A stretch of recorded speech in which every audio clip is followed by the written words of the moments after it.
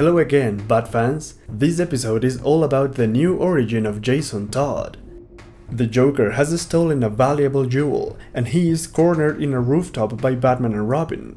The clown prince of crime shoots and injures Robin, who barely manages to hold from a rope at the edge of the rooftop. Batman checks on Robin and Joker gets the perfect chance to eliminate Batman, but chooses not to do so. This was a foolish mistake by the Joker, because Batman manages to rescue Robin and then capture the Joker, delivering him back to Arkham Asylum on his way back to the Batcave. A short time later in Wayne Manor, Dick Grayson recovers slowly from the bullet wound, but Bruce has made a final decision. He cannot allow himself to endanger a young man anymore, and Robin is officially retired. Regardless, Dick informs Bruce that after all the training and preparation, he cannot just give it all up and that he will find his identity some other way. Unfortunately for Batman, everyone in the city witnessed his fight with the Joker and how he took the injured Robin away from the fight.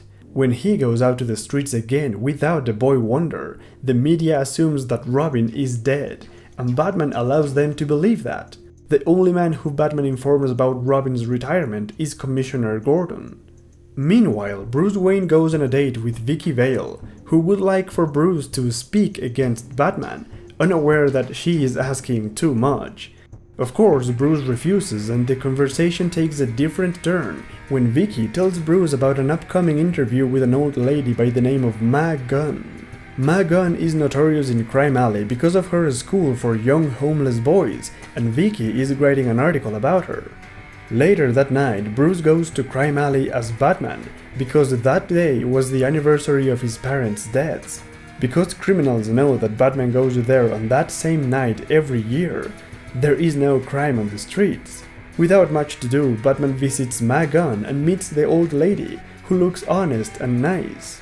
After the meeting, Batman returns to the Batmobile, but what he finds makes him laugh out loud as he has never done before in Crime Alley. Someone has stolen the front tires of the Batmobile. At that moment, the thief returns and Batman is shocked to learn that he is just a very young boy. The kid attacks Batman by surprise, which allows him to run back to his apartment in one of Crime Alley's abandoned buildings. Batman, however, finds him easily and asks the kid for information. Batman learns that the boy's name is Jason Todd. His mother died from a drug overdose while Jason tried his best to take care of her. On the other hand, Jason's father is a criminal, who is most likely in prison. Batman notices the harsh conditions in which Jason has learned to survive by stealing tires in Crime Alley, and decides to help him. After making him give back the Batmobile's tires, Batman sends Jason to Ma Gunn's school for homeless boys, hoping that the kid would reform. What Batman doesn't know is that Ma Gunn is in fact a criminal mastermind who is training young men in her school to become criminals for her gang. Jason learns this the hard way and has to pretend that he is interested in their crimes as to avoid being hurt. In the meantime, Bruce investigates Jason's background and learns the names of his parents thanks to his connections. Catherine Todd, his mother, died not long ago, and Willis Todd, his father, is presumed dead at the hands of Two-Face. Batman understands that there is no hope for Jason to have a family again. Or is there? Thanks to Vicky Vale, Ma Gunn gets a reputation as an honest and hard-working lady, while behind the scenes she is teaching young men how to use weapons and perform crimes. That night, Jason runs away from Ma Gunn's school and starts stealing tires again.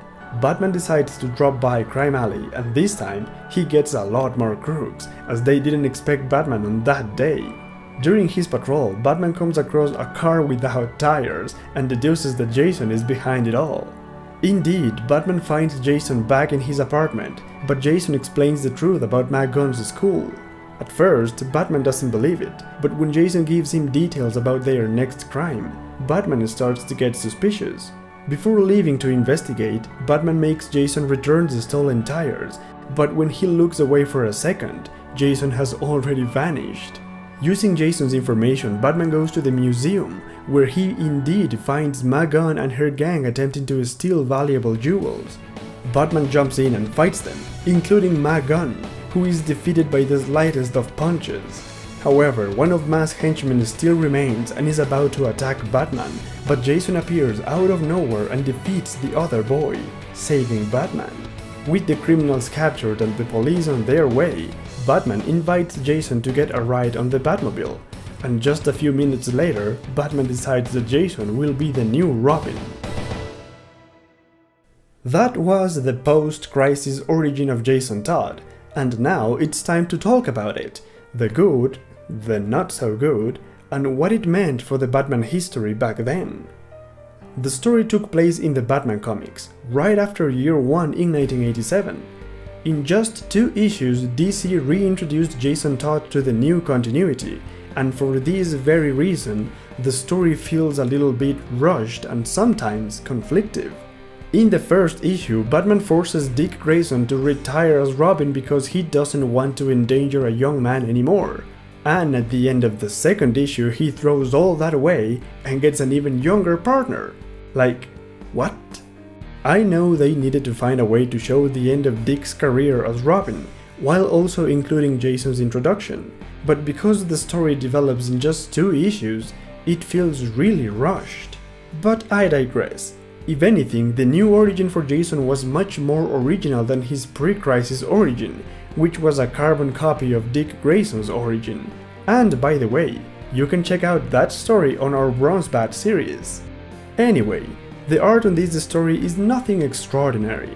A few artists from the Bronze Age return to the Batman comics and give the whole story a rather classic feel, but nothing to be really excited about. On the other hand, the writing by Max Allan Collins was more interesting, in some characters more than others. The Joker, for instance, was written perfectly. He appears only in the introduction of the story, and that was good enough. He is shown as a murderous psychopath who is not willing to eliminate Batman because he'd have no one to play with. That's such a classic Joker trope that it's endearing when any writer uses that. Dick Grayson was also great, because even after Bruce forces him to retire as Robin, he is determined to become Nightwing in the future. Batman is one of the weakest points of the story. This is not the Dark Knight. First of all, he is rather confused about his partners, and he doesn't know if he wants a sidekick or not. And secondly, he acts too normal. He's just there, strolling on Crime Alley in the middle of the sidewalk like it was nobody's business, or chilling in Gordon's couch, which is really funny, but that's not the whole point of Batman. Vicky Vale was also a rather strange character in the story. She is there just to set up the exposition about Ma Gunn, who is also a rather weak and pathetic villain. So we can say that the ladies in this story were not really good or interesting. And finally, there is Jason, the main focus of the story. I saved him for the last because he was the one that Max Allan Collins did best. Up until that point, Jason was just a cheap clone of Dick Grayson, but this new Jason was totally different. This was a boy who managed to survive on his own in the mean streets of Crime Alley. That is badass, no matter how you look at it. Life has not been easy for Jason, and yet he has managed to survive, and he is only 12 at the time. He is not naive and he has rage inside, but all that experience has allowed him to survive. He can even hit Batman and actually manages to sneak away from the hero. Of course, this was included in the story just to make Jason more interesting, even if it was a bit impossible. But hey, it works. Jason is out there looking out for himself. He is not interested in being part of a criminal gang or anything, and he showed Batman that he had what he needed to become his next partner. So, in the characterization department, Max Allan Collins is the writer that defines the new and improved Jason Todd. In future episodes, we will check out the training of Jason and how he became the new Robin for the first time. However, before we get there, we have to check out another post-crisis origin, one that you requested since Batman Year 1. In the next video, we will check out the new origin of Barbara Gordon as the new Batgirl. If you don't want to miss that and many more Batman videos, subscribe now and don't forget to leave a like. Until then, Godspeed, my friends.